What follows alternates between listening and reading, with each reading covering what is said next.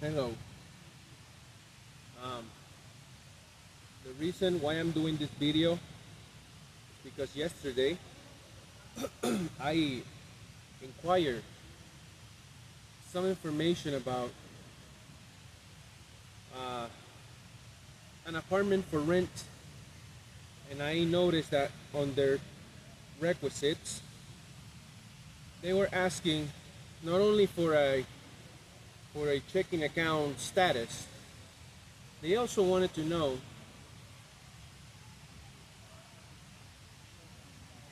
recent movements of money within my accounts, which I consider not necessary. If I am going to rent an apartment, I would I would think as common sense to give you information about my checking account. Yeah, that's fine. Uh, just the balance, I guess. But what do I need? Why do I need to tell you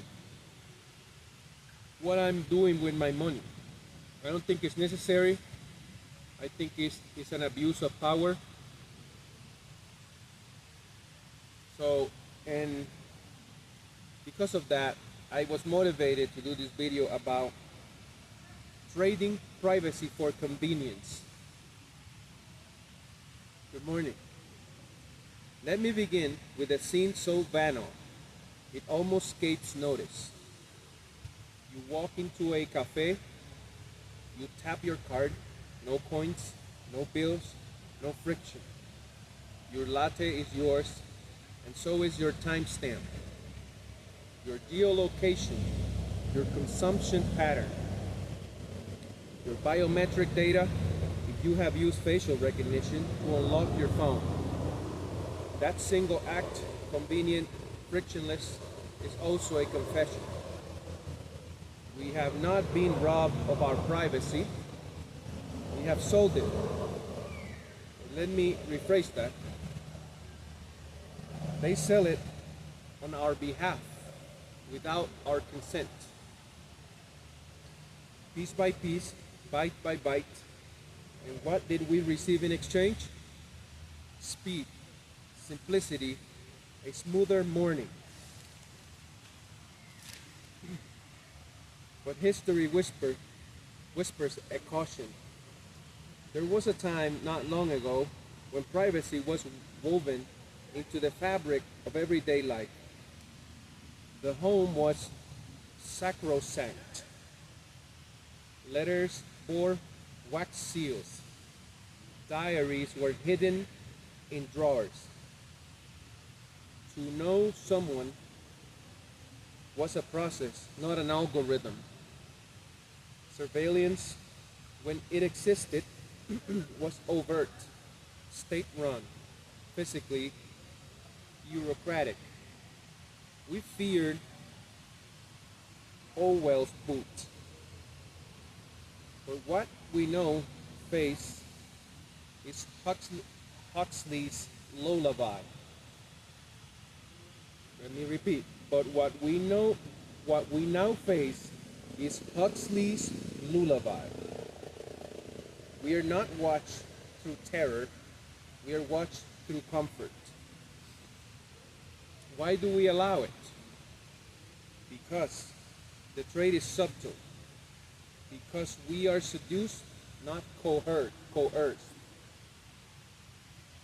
Every loyalty card, every smart device, every personalized feed is velvet chain. We carry it gladly, smiling at the dopamine drip of curated content. In truth, we have outsourced discernment. We no longer decide what we consume, algorithms do. And those algorithms are trained not to serve our values, but to predict our desires.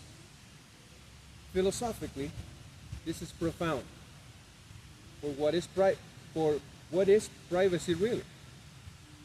Is it simply secrecy? No. Privacy is autonomy over our own narrative.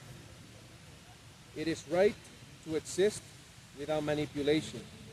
It is the space where conscience can breathe. Socrates taught us that the unexamined life is not worth living. The examined life is unlivable. We are profiled, quantified, reduced to data points in machine that is designed not to know us, but to sell us. And in the process, we begin to forget ourselves.